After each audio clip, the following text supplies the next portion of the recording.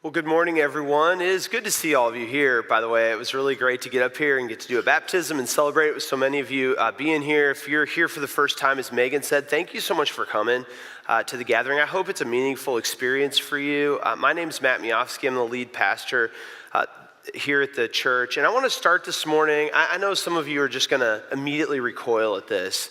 We're going to start this morning with some math. Can we do that? I know you either love this or hate this, but I was thinking about math. I like math. Those of you who come here, you know that. And I was thinking there's something in math called an inflection point. It's in like trigonometry and stuff. Does anyone know what an inflection point is?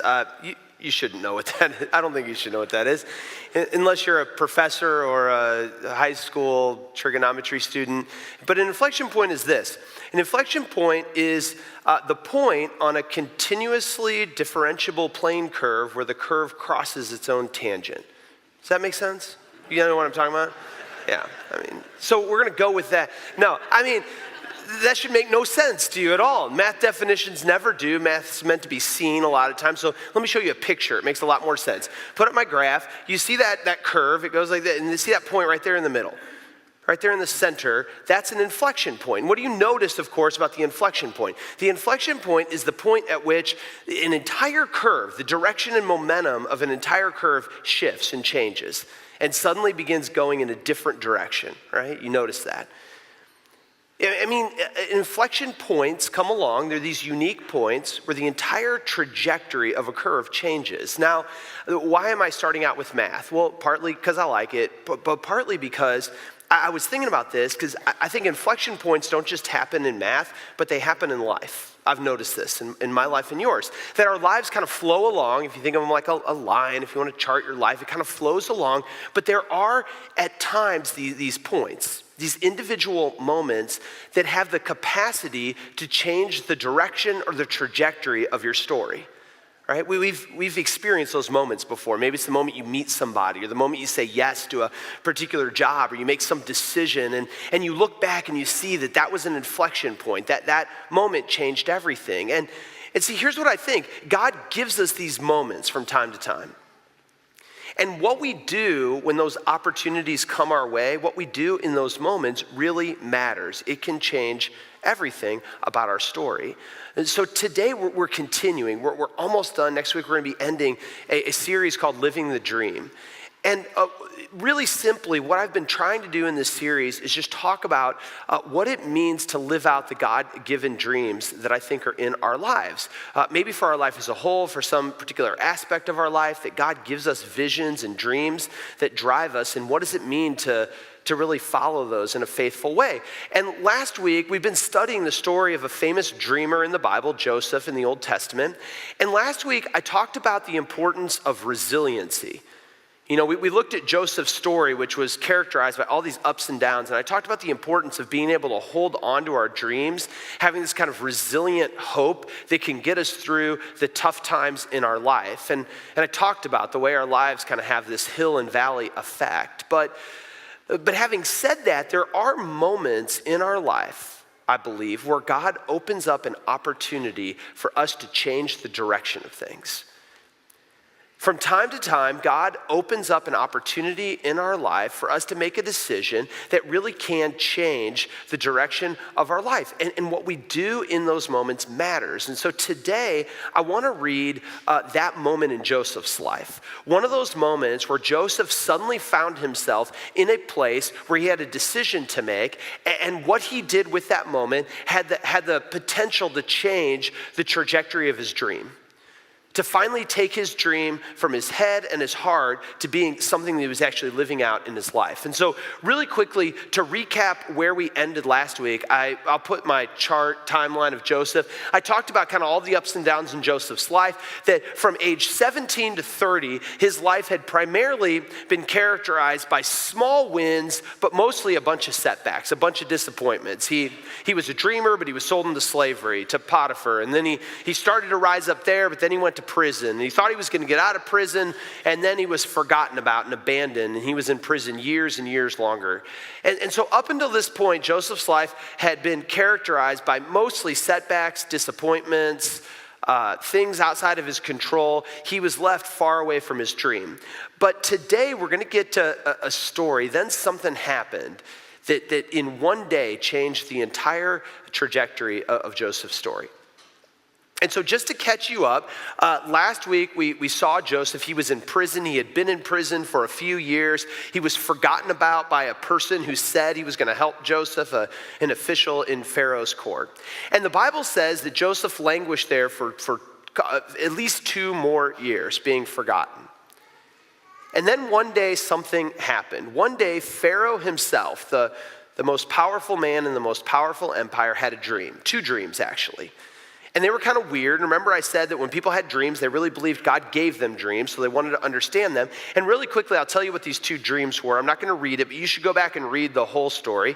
He had 2 dreams. The first one was he dreamed that 7 healthy cows came out of the Nile River, and then 7 scrawny cows came out and ate the healthy ones. That was the first dream. That's weird, right? Find that weird if you had that dream. Second one was a parallel dream, except now it was 7 ears of corn or heads of grain, and they looked healthy, and then 7 more scrawny heads of grain gobbled up the other 7 healthy ones. That was the second dream. Also kind of weird. And it says that Pharaoh woke up, and in his spirit he was disturbed. Now we know that God gives dreams, at least in biblical times, that's what they believed. So he immediately wanted to know, what does it mean? And so it says that Pharaoh called together from all of his empire, every religious expert, every magician, anyone who could interpret the dream. And it says that they all came before Pharaoh, and of course no one had any idea what this dream meant.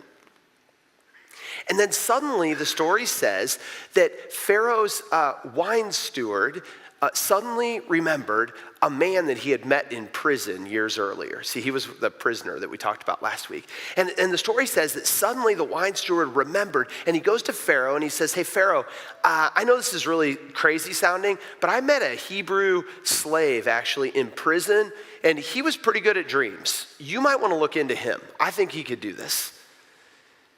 So next thing you know, the guards, Pharaoh's guards, are coming into the prison. They pull Joseph out. The story says that they clean him up, they shave him, they prepare him, and all of a sudden they thrust him before Pharaoh. So here's this Joseph, a slave, a foreigner, a prisoner now, suddenly standing before the most powerful person in the world. And it's right there that I want to pick up the story in the Bible. And this is what Pharaoh says to Joseph. This is verse 15. It says, Pharaoh said to Joseph, I had a dream, but no one could interpret it. Then I heard that when you hear a dream, you can interpret it. And so Joseph answered Pharaoh, it's not me. God will give Pharaoh a favorable response. And so what happens is Pharaoh explains this dream. You know, the 7 cows and the 7 scrawny cows and the 7 good heads of grain, the 7 ugly heads of grain. And here's what Joseph says. This is verse 25 of chapter 41. It says, Joseph said to Pharaoh, Pharaoh has actually had one dream. God has announced what Pharaoh is about to do. The 7 healthy cows are 7 years, and the 7 healthy ears of grain are 7 years. It's actually one dream. Now the 7 thin and frail cows climbing up after them are 7 more years. The 7 thin ears of grain scorched by the east wind are 7 years of famine. It's just as I told Pharaoh. God has shown Pharaoh what he is about to do. And here's the interpretation. 7 years of great abundance are now coming throughout the entire land of Egypt. After them, 7 years of famine will appear, and all of the abundance in the land of Egypt will be forgotten. The famine will devastate the land. Okay, so the story says that Joseph interpreted the dream. Do you get it? He said, look, this is all symbolic. There's going to be 7 good years followed by 7 really bad years. That's the dream. Now, really quickly, I want to note something, that at this point, Joseph should have kept his mouth shut. He was done. He had done exactly what Pharaoh asked him to do, right? And I will talk in a little bit about why it would have been risky to say anything more than this. When you were in front of Pharaoh, you didn't talk unless talked to. You didn't answer a question unless it was asked of you. And so Joseph at this point should have said, thank you very much, Pharaoh, and left stage left or right or wherever. I mean, he should have gotten out of there.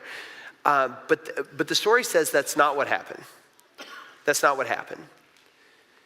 Because Joseph saw that this was what? This was an opportunity for something. And so the story says that Joseph saw this was an opportunity. He was finally in front of Pharaoh, And so Joseph took the liberty to actually continue speaking. And I'm going to read to you what Joseph said to Pharaoh. We're going to talk about why it was such a moment. It says in verse 33, now, here's Joseph continuing to talk. Now, Pharaoh should find an intelligent, wise man and give him authority over the land of Egypt. Then Pharaoh should appoint administrators over the land and take 1/5 of all the produce of the land of Egypt during the 7 years of abundance.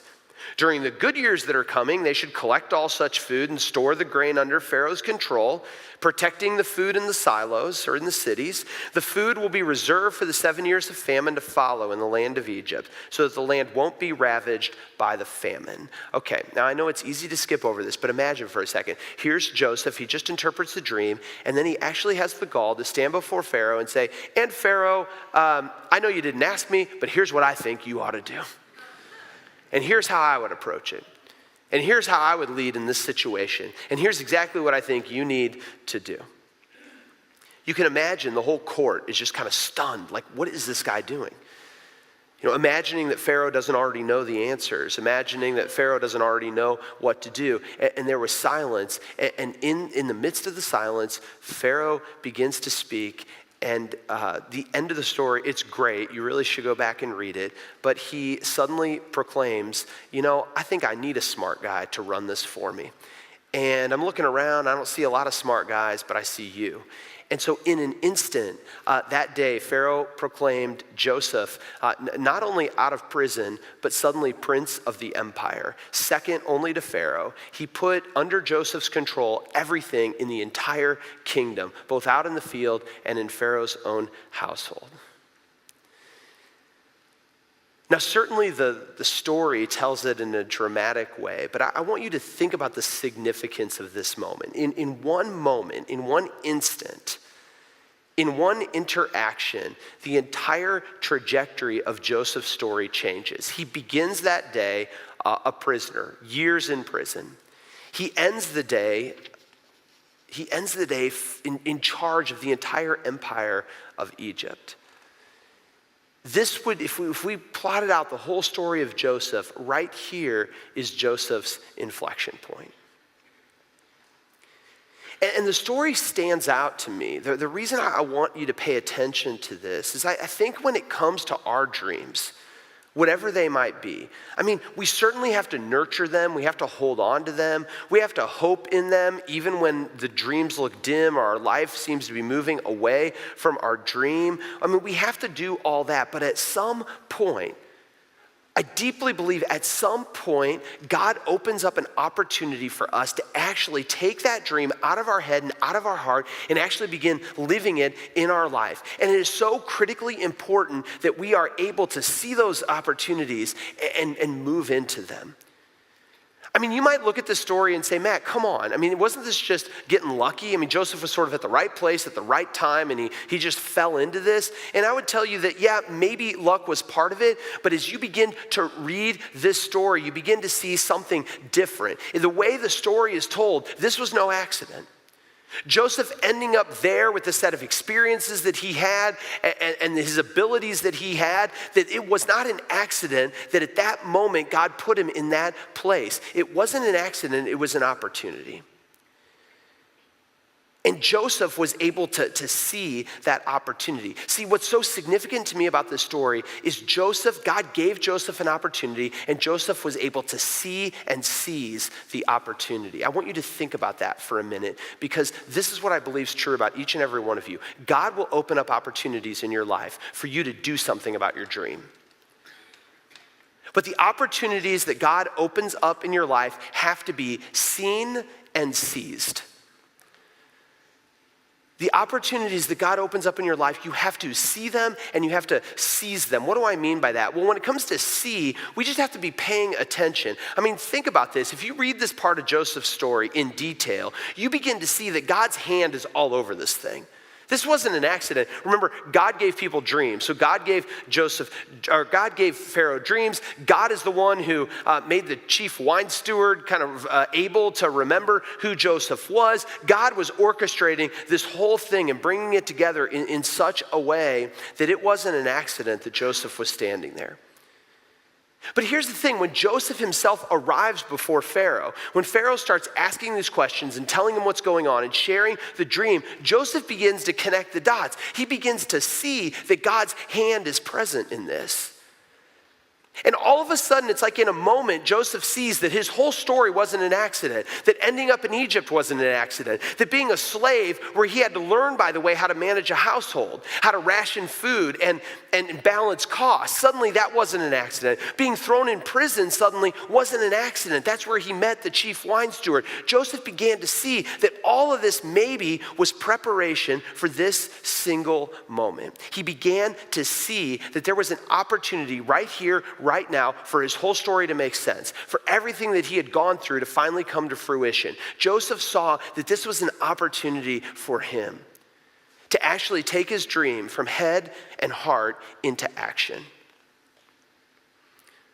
God was working, but suddenly Joseph was able to see it. Now, I was earlier this week on Monday. I have a habit. Every Martin Luther King Jr. Day, I read the entire letter from Birmingham jail. And I was reading that. And for those of you who study or care about that sort of stuff, it was written in 1963, I think on April 1st, 1963. And I was reading it, and it got me kind of thinking about where all that stuff started. And, 8 years earlier, Martin Luther King was a relatively unknown person in the country, especially outside of the area in which he worked. And a lot of you know the story of kind of how he was thrust onto the national stage. But it started with a woman named Rosa Parks, right? And a lot of you know Rosa Parks' story. But I went back and I was reading her story because a long time ago I had read, she wrote a little simple autobiography. It's a great read, though, about what happened that day in not 1963, but in this case in 1955 in Montgomery, Alabama. And most of you know the story, of course. Rosa Parks is famous because she was on a bus after work one day. She was sitting down, and the bus driver came when white people began getting on the bus, and they told her to get up. The bus driver told her to get up and to move to the back of the bus, and she didn't do it. Now here's the thing about that story, though. Most of you know that part of the story, and a lot of people just think, this was just an accident. One day, she just happened to be there. One day, she just happened to be tired. One day, this guy just happened to tell her to get up and to move. But if you really study the story, you see that it wasn't an accident, not at all. That Rosa Parks didn't just do this kind of on a whim, but in many ways, her whole life had been leading in this direction. You see, beginning in 1943, she began getting involved in the NAACP in Montgomery. She was elected secretary. For 12 years of her life, she thought about civil rights. She learned about civil rights. She went to her local church and took classes on civil rights. She got involved in injustices that were happening in the region. She listened to the different things that were going on. She thought about how her life might be able to make a difference. Earlier that year, in 1955, she had actually taken a course on nonviolent protest. And so all of a sudden, she didn't know what it would be, but she was looking for an opportunity. And so on that day, in December of 1955, when she got on the bus, when she sat down, when that bus driver came up to her and said, "Get up, we need these seats for the white people that are coming on," it wasn't an accident, but all of a sudden, she saw an opportunity. For all those 12 years of her life, all the training, all the thinking, all the prayers, all the things that God had put on her heart, finally she saw that this was an opportunity for her to do something about the dream and burden that God had placed on her heart. She was able to see the opportunity when it opened up. Guys, I'm sharing all this because I think God does this in our lives. God opens up opportunities for all of a sudden your story to begin to make sense, the things that you've been through and the talents you have and the skills you have and the burdens that you carry and the stuff that you've overcome. God opens up opportunities for us to actually begin to do something about the dreams that we have, and we have to be able to see them. Maybe right now, you're overlooking an opportunity somewhere in your life that God is opening for you to actually begin to make a difference. Opportunities have to be seen. But we can't just see those opportunities, but opportunities have to be seen and then seized. I read a quote earlier this week, and I'll just put it up on the screen. I thought it was pretty good. The two most important requirements for major success are first, being in the right place at the right time, and second, doing something about it. I would say that's true just about your life. Dreams, To any dream, it's important that you have a dream, and it's important in some cases that you're in the right place at the right time, but at some point, each of us actually have to do something about the dreams that we have. You see, Joseph didn't just see an opportunity. He didn't just see that God had placed him somewhere where he had maybe the potential to speak up or to speak out, but Joseph actually took the risk to do something in that moment. I already indicated why it was risky, but if you study, like ancient royal protocol, you were not supposed to speak to somebody like Pharaoh. In fact, it was punishable by death to do so. If you're in front of somebody like Pharaoh and they ask you a question, you answer the question. You didn't say another word. You certainly wouldn't stand before Pharaoh and say, hey, Pharaoh, let me school you on how I think you ought to handle this. Let me tell you that I don't think you can do it, so let me show you what I would do if I were in your shoes. You just didn't do this stuff to Pharaoh. And so Joseph, there were a million reasons why he should have just shut up and not said another word. Certainly fear of angering Pharaoh, certainly self-doubt. What does he as a prisoner know about running an empire? Certainly there was nervousness. Certainly he had to be concerned for his safety or his own security.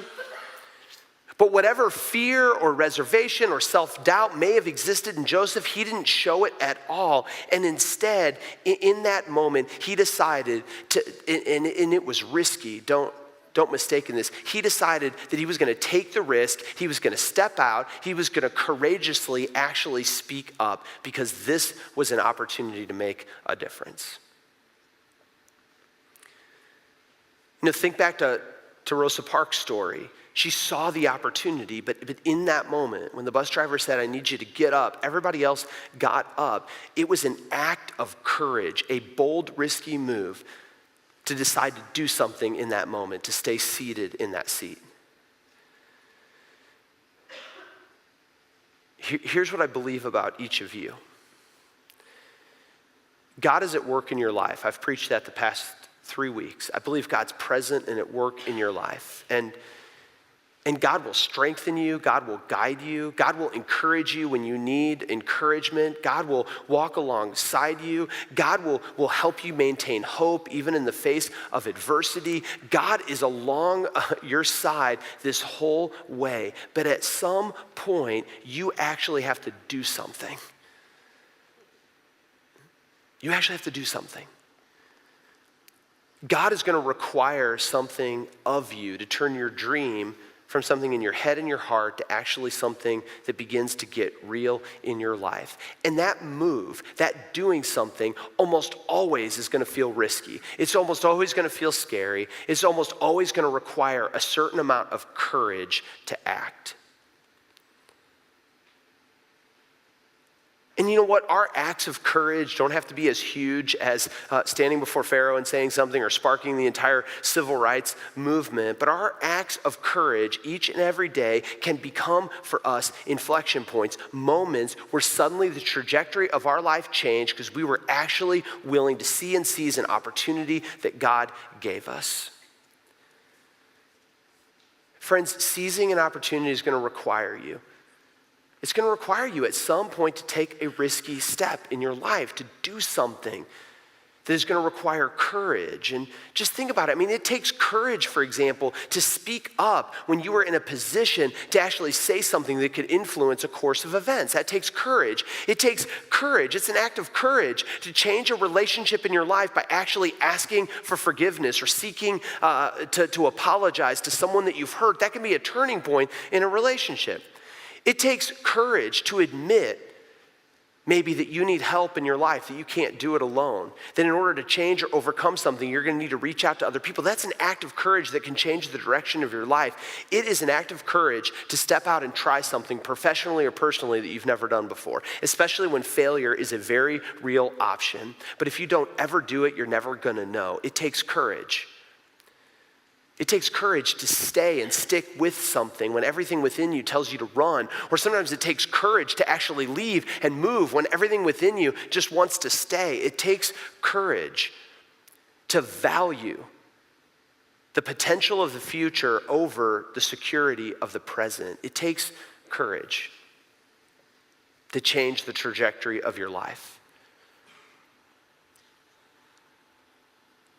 Seizing the opportunities that God gives us are going to require the courage to actually do something so that our dreams don't forever stay in our head and in our heart and never look real in our life. That was certainly true for Joseph. It was certainly true for Joseph, and it's going to be true for us. I'll just close with this. This is what I want you to think about. What made that moment in Joseph's life a turning point, a defining moment, an inflection point, if you will, was that Joseph had the ability to see that this was an opportunity for him and to actually seize it. Friends, ultimately, here's what I want you to take away from this message and this part of Joseph's story. God has given you so much. And God has gotten you through so much, and God has gotten you to the seat where you're sitting in now, and God has blessed you with certain things. God has stood alongside you as you've suffered certain things. You've learned and you've grown and you've gotten a set of experiences. God has brought around you certain people. God has loved you when sometimes you were unlovable. God has continued to guide you and be with you. And ultimately, God intervenes, I think, to create opportunities for you. But all of this requires us, when it comes to our dreams, to be able to see it and to actually do something about it. Friends, all of you are going to have moments where you can take your dream out of your head and out of your heart, and with one act of courage, one risky step, you can actually begin to do something about it. And when those moments arise, if you're never willing to actually do something about it, your dream will forever remain abstract. But if you're willing to take that step, if you're willing to step into it, you can begin to change the trajectory of your story. God is going to open up moments in your life. When those moments come, just remember that you have to be able to see them and then seize them. The worst thing Joseph could have done is walked away that day, failing to take the risk. The worst thing Parks could have done is to just decided to stand up and go to the back of the bus, but they didn't, and because they didn't, they changed their story. It was true for them, and the same thing can be true for us. So with that, I invite you to bow your heads and let's pray together. Gracious and holy God, you know that sitting here, there are many of us who have an opportunity to make a difference in our own life. That you have done so much. You open up opportunities, but you never force us to walk through those doors. You never force us to do anything. And so God, some of us know that we have a decision to make or a risk to take or a conversation that we know we need to have, and it feels risky and it feels scary, but it could be a turning point, an inflection moment in a relationship or in our career, in our health, or in our life. And so God, today I just pray that a spirit of boldness would fall upon us, a spirit of courage, a spirit of trusting that when we step out, just like Peter stepped out of that boat, that Jesus is there to hang on to us as we begin to walk by faith and not by sight. And so God, may we have the power to do that today. We pray all these things in the powerful name of Jesus, and together God's people said, amen.